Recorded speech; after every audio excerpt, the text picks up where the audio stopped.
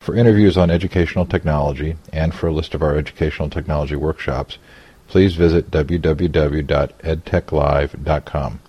And for discounted Dell computers, please visit our sponsor, www.k12computers.com.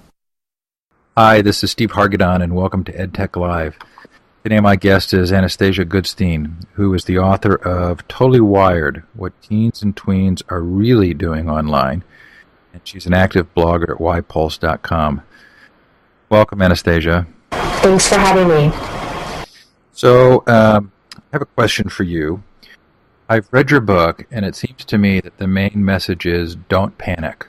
Did I get the point? Yes, I think that's definitely a big message in the book, and it's really the reason why I wrote the book. I think because I write about and am immersed in what's happening with teens today for YPulse, you can't help but notice how much technology has become a part of their lives. And at the same time, you can't help but notice how we as a culture are reacting to that.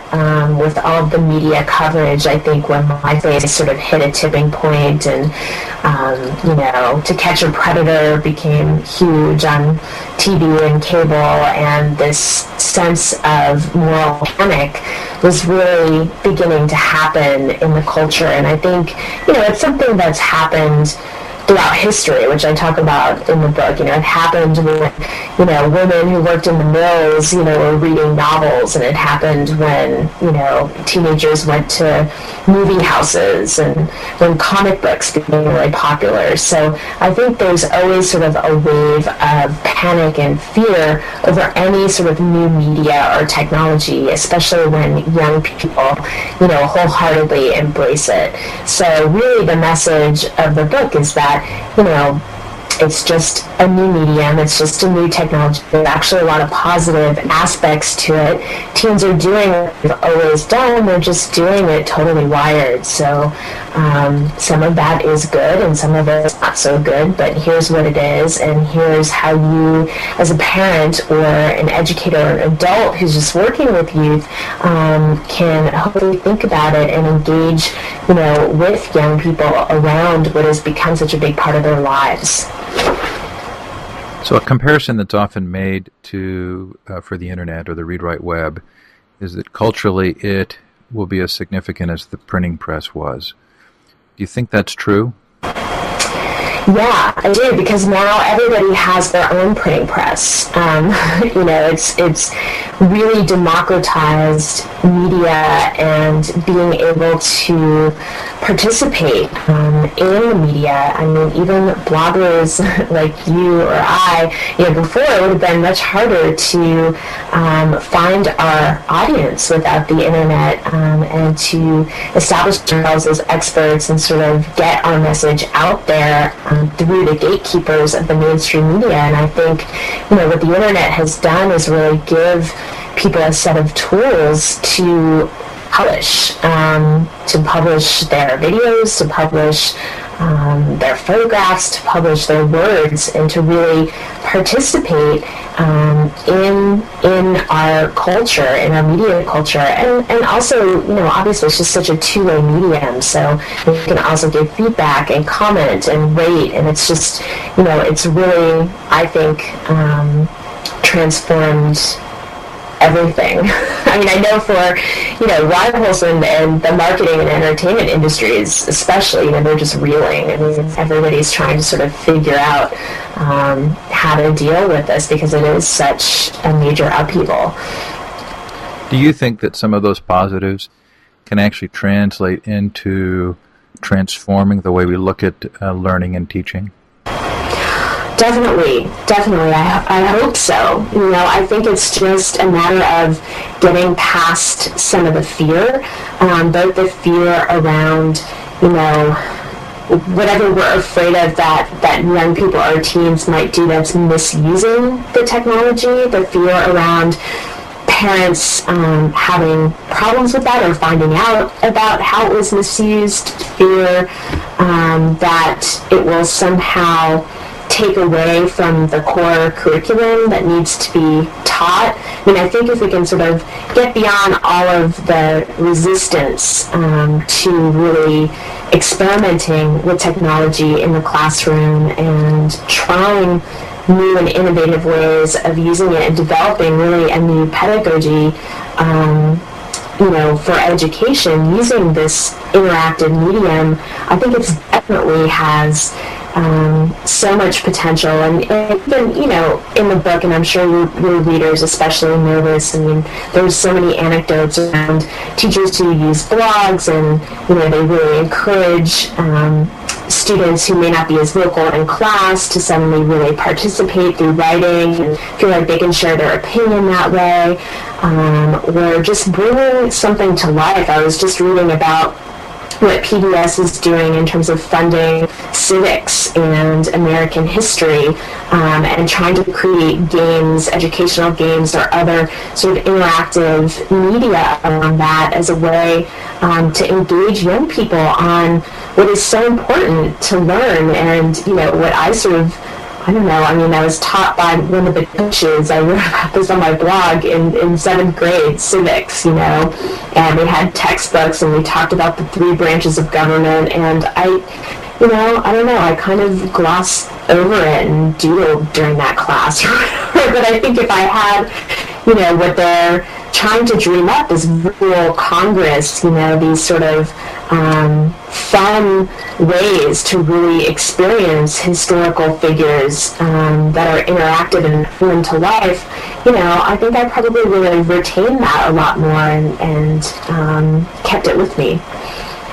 So there are those who would argue that it's not, that there really isn't anything new in the technology. It's just engaged teachers have an impact on students. But is there something special about this technology which opens the door to more engagement? I think so. I mean, I think there's something about technology and the way that we interact with it that's both, can be good or bad, and that is that sort of distance that it creates between people that, on the one hand, can make it easier for young people to do things like bully, right? Like cyberbully and be mean, because you can't see the person. It's easier to say meaner things, digitally.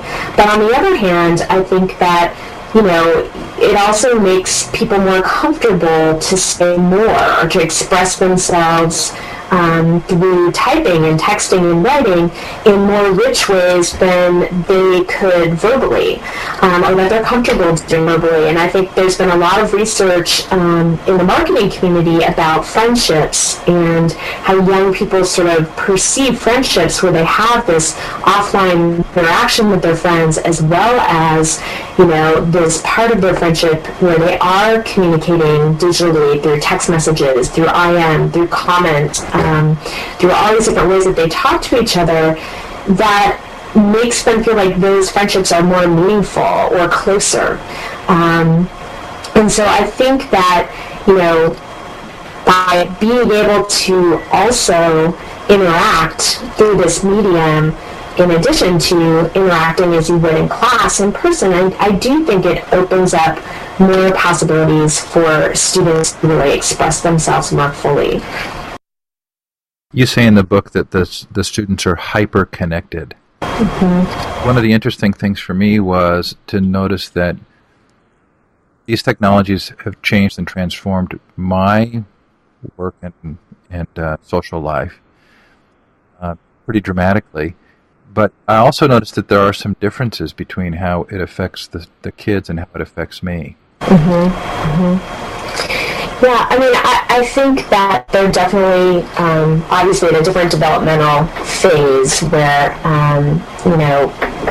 it is all about friends, but it's mainly all about the friends that they know in person, the same friends that they see at school and sit with at lunch and talk to on their phone after school, and then log on and keep talking to them. So it's about staying hyper-connected to those friends that are playing such a large role in their offline lives. Not to say that teens don't make internet friends. They do. I think when they do, it's usually based around something they're really interested in, or is often through somebody that they know in person, maybe introduce them. But, their primary world is really the kids that they see at school and who they socialize with offline. So I think it's just, becoming another part of the fabric of those friendships. So certainly, socially, I think that's different. In terms of the saving of things, I'm not sure. I mean, maybe they're not so conscious about it, but I definitely think this generation is probably the first to really leave a full-blown digital trail or digital archive of growing up online. And I think especially as some of them are now, in their early 20s and starting to look for jobs, and, people are Googling them, I think that we're seeing the impact of that, and that you can sort of find things from however many years ago, which can be challenging, maybe a red flag for a potential employer, or just a great topic for conversation in an interview. But, I really do think that as a whole, they're more comfortable or have less of a filter in terms of what they're putting out online. And, because it's such a big part of their social lives, it's like, they're just sort of living it out in public. I think, they're starting to get that now people in authority are looking, whether it's potential employers or parents or teachers or police, and I think they're starting to use their privacy settings a lot more. But I do think generationally, this generation just seems more comfortable putting it out there than older generations. And part of that, I think, is the nature of how our culture as a whole is sort of become more confessional. I think, it started with reality TV in the real world, and this notion of sort of looking at a camera and just talking, and, telling your quote-unquote real feelings about a situation. And I think, with tools like digital video cameras and YouTube, and, you're seeing that same sort of confessional culture happening online, and with blogs and writing. So I think that, that is a unique characteristic of young people today versus maybe older generations. So how much of this technology would you classify as becoming familiar with content creation and actually being important to the rest of their lives, their jobs, their family life? And how much would you say of this technology could be classified as a distraction and takes away from true learning? It depends on how you define learning, I guess. I mean, people ask me with younger kids, there are sites like Club Penguin. I get asked a lot, are they learning on Club Penguin? It's like, well, they're learning how to socialize online in sort of a very basic way. You can text other penguins on Club Penguin. There are a bunch of filters set up so that you don't say anything too naughty. But, for younger kids, they're just sort of starting to learn how to socialize online. And, if a penguin makes a mean face at another kid, they're learning, what it feels like to be kind of mean to you virtually. There are also games on that site. I don't know that they're educational games and that they are matched up with, standards or whatnot. But, I do think just gaming in general, there have been studies that show it helps with cognitive skills. I think the fact that you can earn currency in some of these virtual worlds, you learn something about, gaining wealth, even if it's virtual wealth, and that you can spend it on things, and that you lose it if you don't use it. And I think there's a lot of that kind of learning that happens. And I believe that even, the way that young people sort of text each other and IM each other and have to be creative with the language to be able to communicate in this short form medium by coming up with this language, these acronyms, is using language. I mean, it shouldn't be used, that same language, in an English paper, but I think that you have to give kids credit for thinking about the language and thinking about what the best acronym for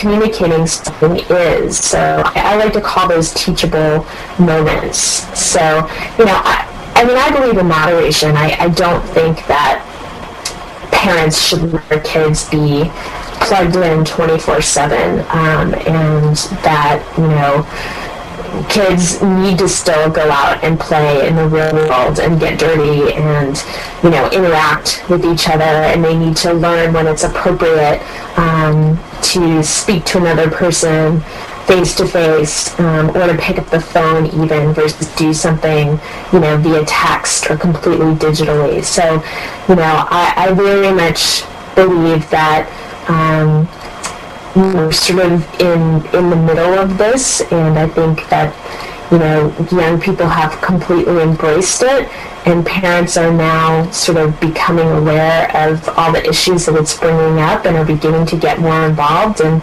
one of the ways that they need to get involved as parents is to set limits. So you say at the end of the book, I'm going to quote, "Teens still need and want adults to share their experience, insight, and encouragement. They also need you to set boundaries for them so they can learn to do this for themselves as adults. The best thing you can do for a teenager is listen, and you don't have to be totally wired to do it." That's actually the concluding paragraph to the book. Yep. Yeah, it's amazing, how many parents don't take the time to really listen, but I think, you get so caught up in the parts of being a parent that are around discipline and keeping your kid out of trouble and making sure that they're safe, that maybe we forget to listen and forget what it's like to be a teenager, and all of the changes that teenagers go through, and all of the challenges that they're facing. And I think what's so powerful about this medium for young people is that they get this sort of response to what they put out there fairly instantly, whether it's a smiley in an instant message, or a comment on their YouTube video, or even a ranking. I mean, there's something about getting that validation that is so powerful, and I think it's what young people especially are craving. They want to be heard, they want to be listened to, they want to be validated. It's a time in their lives where they're testing out different identities, different ideas, and they're looking for people to listen and to give them feedback. And I think that's one thing that parents can do, and to sort of really try to keep the channels of communication open, especially around topics like cyberbullying. I think in the book I talk about how, one of the reasons that young people don't talk about it when it happens or when they're a part of it is because they're afraid that their parents are going to take away the internet or take away the computer. So by talking to your child and sort of letting them know up front that, if they're involved in something that's inappropriate, there may be consequences, but you're not going to, take them offline completely. They should feel like they should be able to come to you and talk about this stuff. So I think it is about listening and keeping that communication open. So if we can, let's explore that for just a minute. What are some of the real dangers of the internet, and has our perception of those dangers changed over the last few years? I think that there's been so much coverage of the predator issue, and I think it just feels to me, as a whole, that we're a more fearful culture right now. I mean, it probably has something to do with 9/11 and this sort of heightened security and just this sense of being fearful. Kids, are allowed less free time and open space to just hang out and play in. There's sort of, this generation is more heavily scheduled and structured, I think, than past generations. And, so, but that need, that desire to sort of just hang out with your friends and talk and do nothing is still there. So in some ways I feel like, it's moved from the mall, where a lot of teens are being banned or kicked out of, to the virtual space, the virtual mall, or MySpace or Facebook, where they're sort of hanging out and doing that important developmental work of just sort of, individuating from their parents and, trying out sort of who they think they are with their peers. So I think, the issue of predators, certainly there are people in both the offline world and the online world that don't have the best intentions for your children. I think that the good news is that most kids and teens are actually more savvy than we think about it, and don't want to be in contact with adults online, especially strange ones who approach them and start speaking to them, about sexual things. So I think, most kids tend to just block the person or delete them or not include them in their friends. I mean, it would be even better if they would report them to the service where that sort of contact or interaction happens. I think that the teens that are most at risk for predators are actually the ones who are most at risk in general. They're kids who have either been victimized before or who are having a lot of turmoil or trouble at home, and so who are vulnerable to that sort of adult validation and interaction and sort of manipulation and maybe being taken advantage of, but they sort of go along willingly. I think there's been research in the internet safety community, actually, that sort of looked at most of the cases that have happened. And what they found is that, oftentimes it's, these teens who, when they catch the person, they don't want to report them or they don't want to press charges, because they've basically engaged in a relationship with this older person. So, I think that's sort of what we need to be more concerned about, is how to reach those teens and how to make sure that, they're not being taken advantage of or willingly sort of participating in something that's going to victimize them again in some way. I mean, I think all the basic messages about don't put too much revealing personal information, I mean, that's fine, and I've sort of come across recently about identity theft, which is almost a better argument for me to not, to tell a kid not to put their first last name in high school and everything else because someone can take it and apply for a credit card. But I think that the notion that someone is going to see a photo of a teenager who, is wearing their school uniform and just show up at that school without any interaction first to sort of hunt them down is just not realistic, and just sort of stokes this panic and fear around these issues.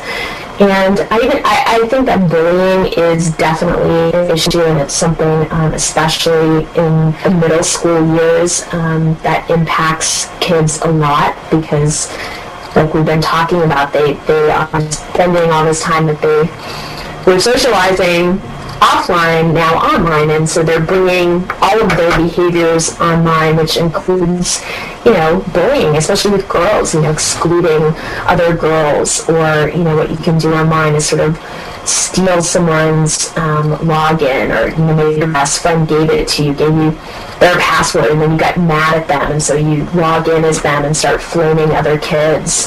So all that stuff happens, but I think that what the studies are saying is that a lot of kids will say, yeah, it's happened. Someone's harassed me or somebody's blamed me. But, I just tell them to back off, or I just ignore them.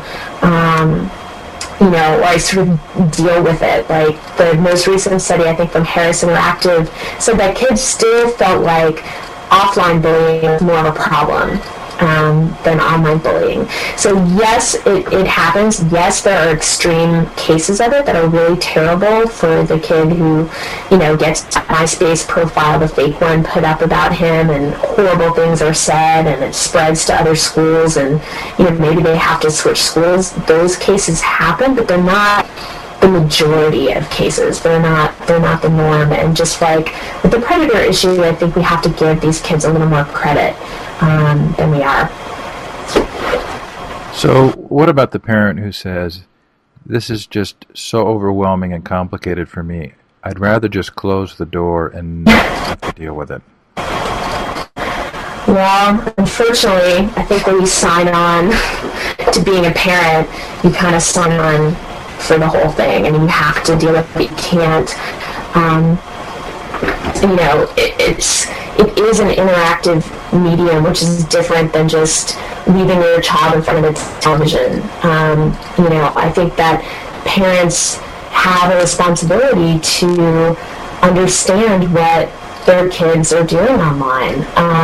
And the good part of it is I think if it's approached in the right way, and it's about sort of opening up this communication, this dialogue, and getting them to show you some stuff that they're good at. These kids are good at this stuff. It's like, again, let's give them some credit. And as a parent, you just say, show me how it works. Like, I've heard about this Facebook thing. It's, all been in the news, and even some of my friends have joined it. It's some of my friends are joining Facebook now. I'd love for you to just show me how it works. Like, show me how to set up a profile, or on MySpace, or if there's a game that they're really, really into. Like, show me how to play it. I want to know, what you do online. I want to know where you hang out. I think obviously with younger teens and kids, you sort of need to be even more hands-on. Show me who's on your buddy list. I want to know who you're talking to.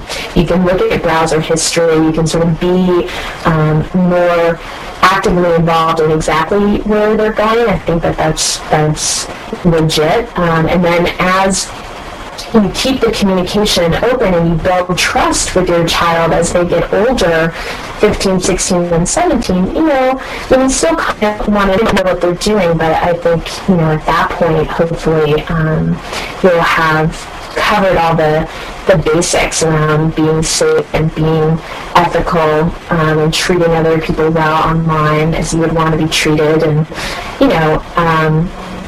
I think even things like being able to evaluate sources when they're doing their homework and figuring out which site is a legitimate site to use and which isn't.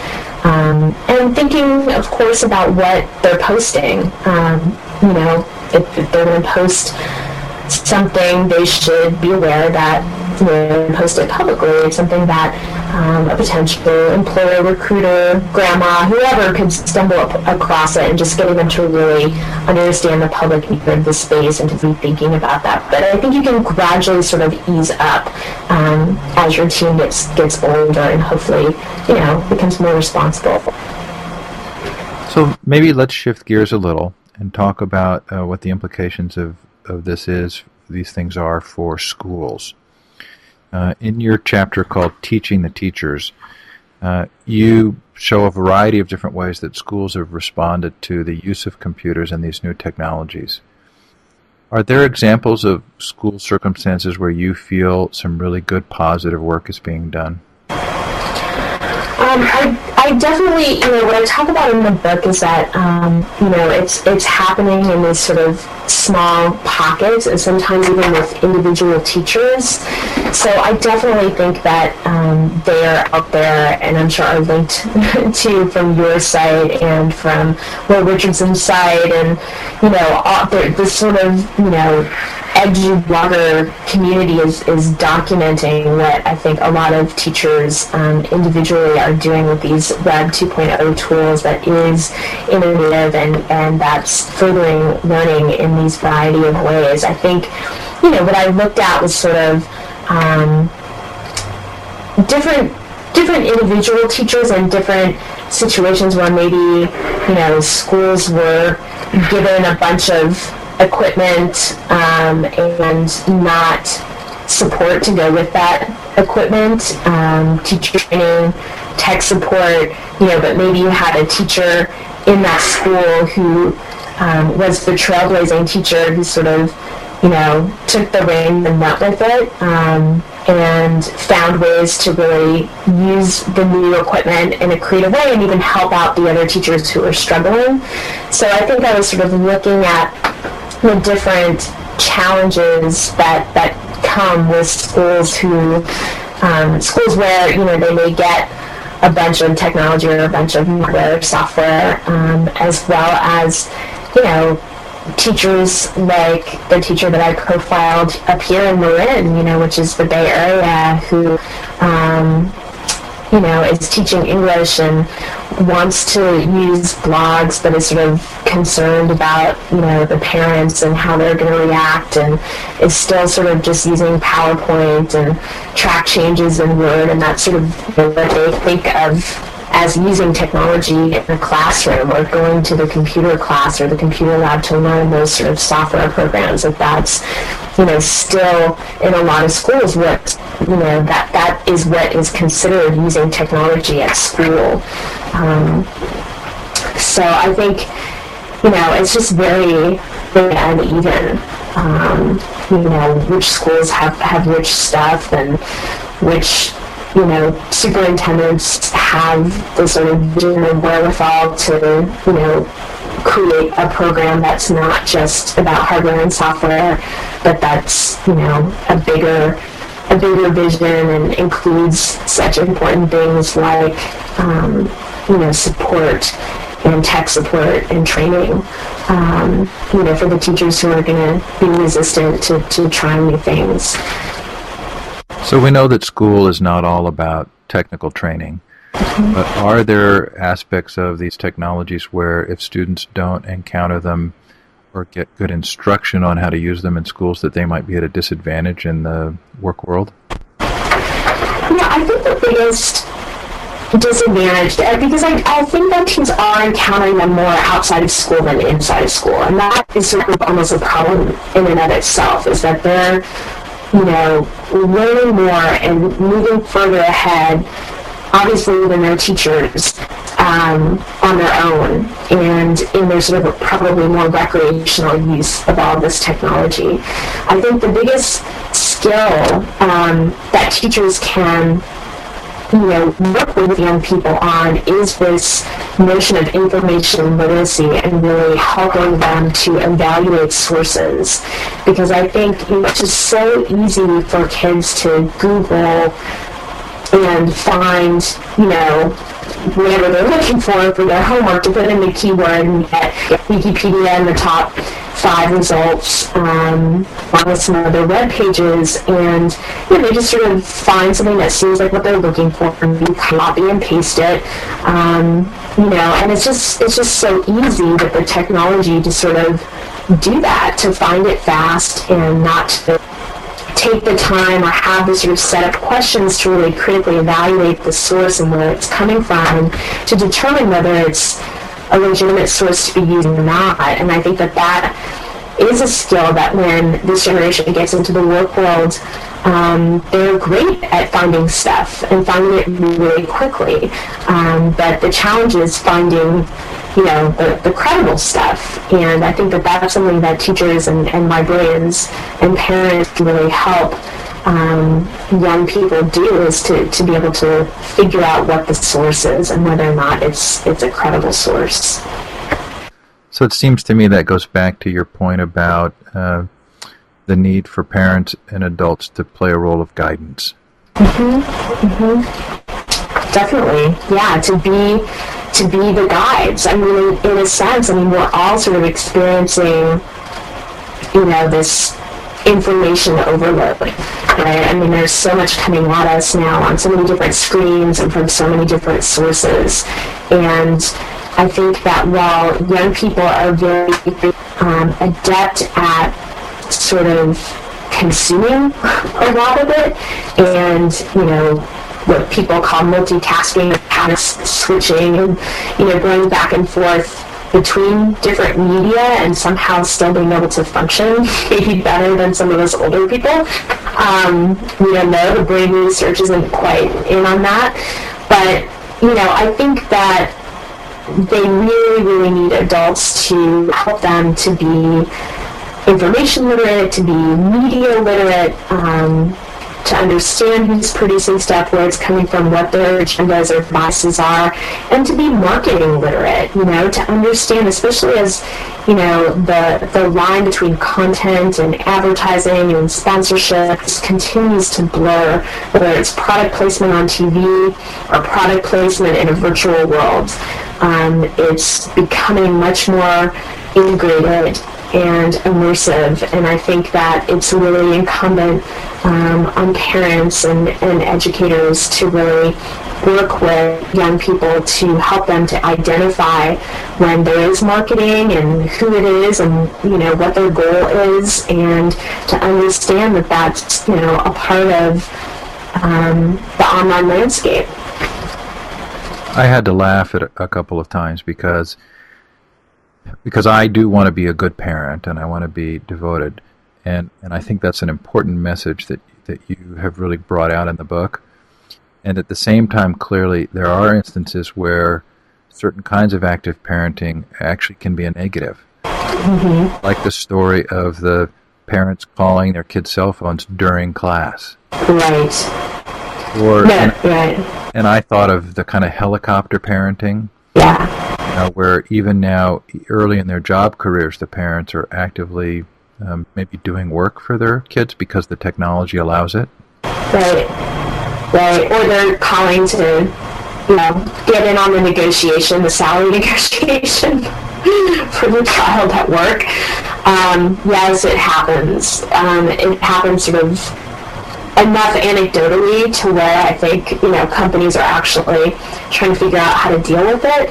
I think, you know, the good news, like you said, is that I think this generation is closer to their parents, and I think technology has facilitated that in some way. I mean, I think it has sort of kept young people tethered, right, to their parent with cell phones.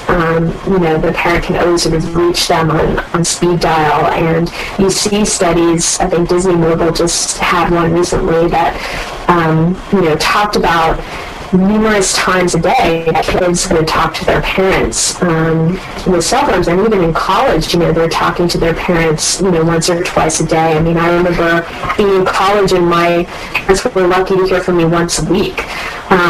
So I do think there is this sort of increased closeness and connectedness, but like anything, you have to go back to that sort of moderation point. I mean, part of being a parent is being involved and you know, guiding your child, and hopefully in the process getting to know them better. But it's also the most important thing, right? And you know, I hope to be a parent soon. I'm not one, so I always feel a little bit weird about saying these things. But I guess I just think back to my own teenagers and maybe things that have helped me and that I think would have helped me. And I think it is that sort of balance of guidance and also helping your teenager become independent, become a young adult. I mean, that's sort of the whole goal, is helping them go out into the world and be okay.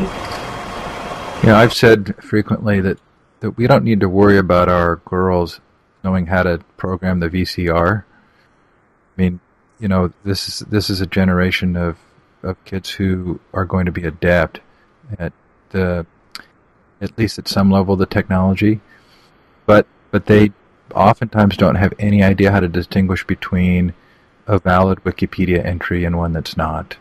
Yeah. In your description of schools, you talk about trailblazers, settlers, and then a group that you don't even give a name for.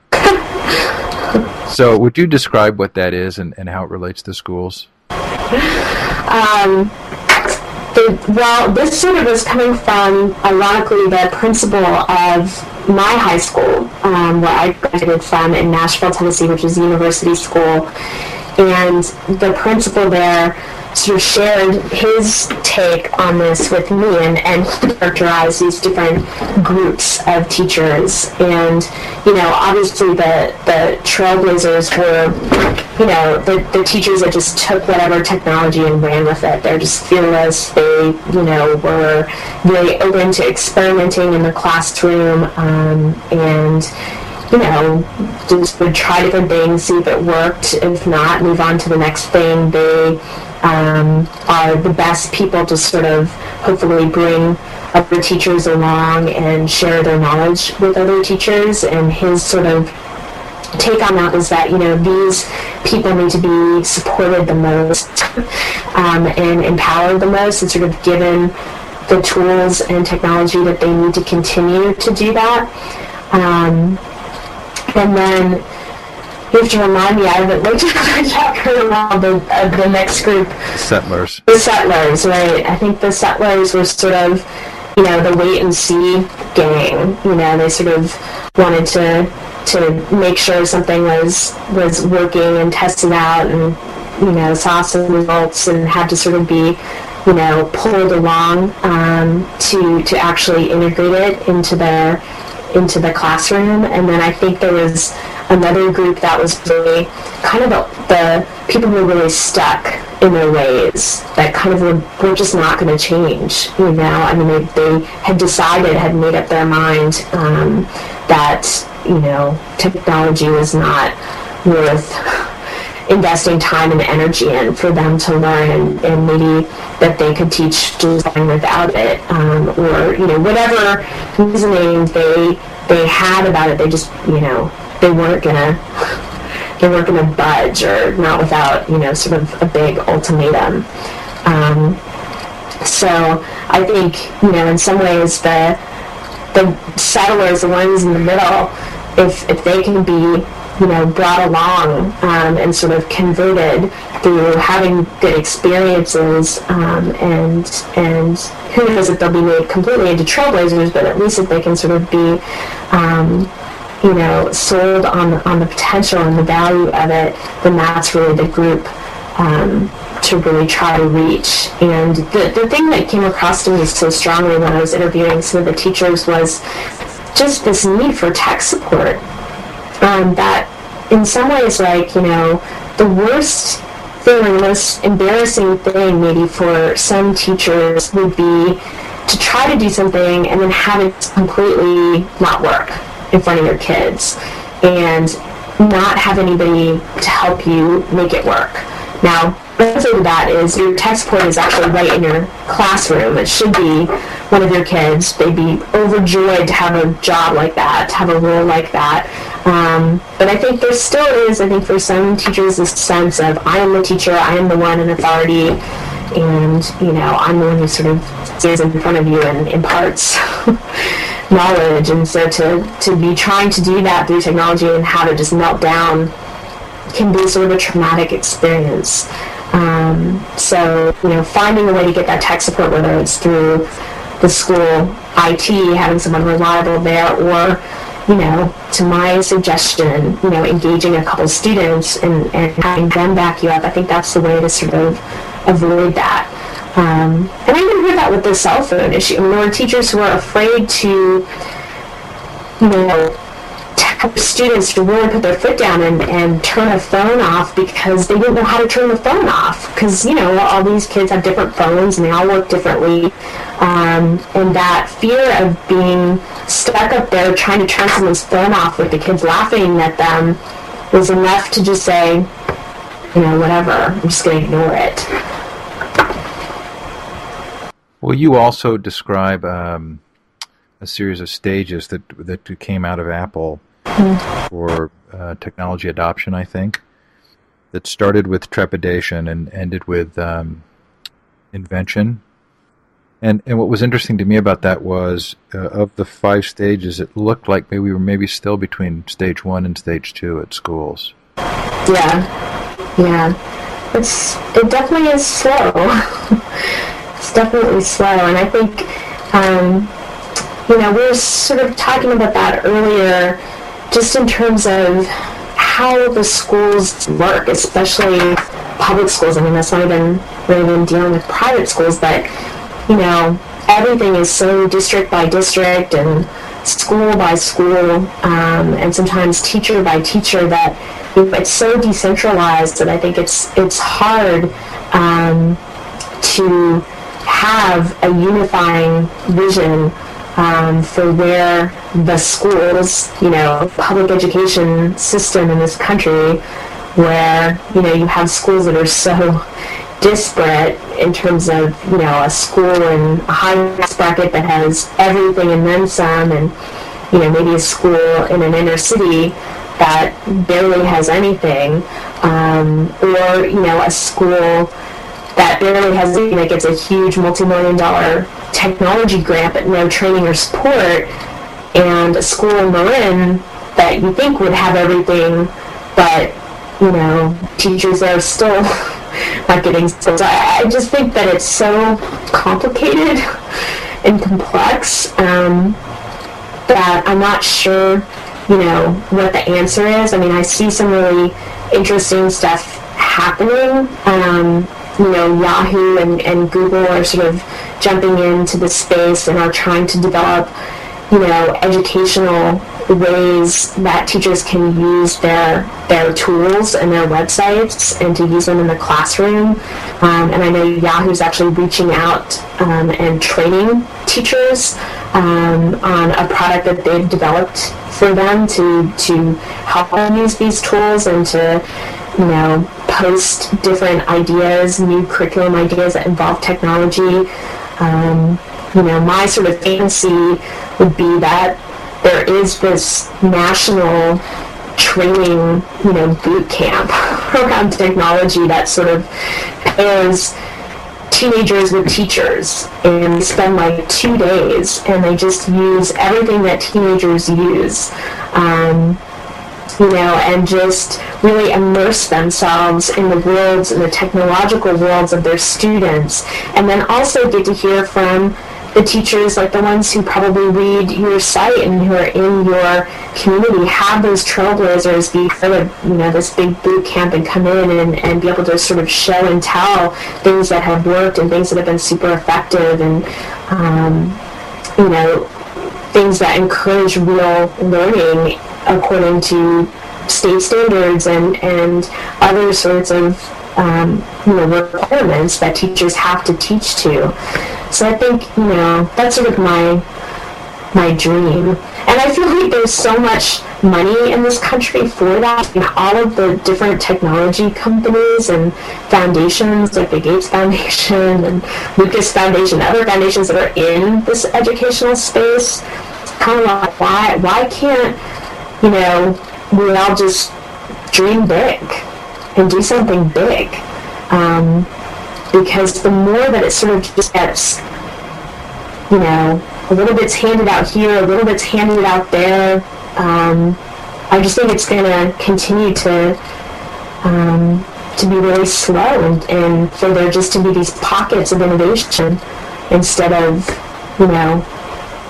on this big national level, being able to have teachers catch up with their students. You dedicate your book to your grandmothers. And it reminded me of the degree to which we all need encouraging adults in our lives. Mm-hmm.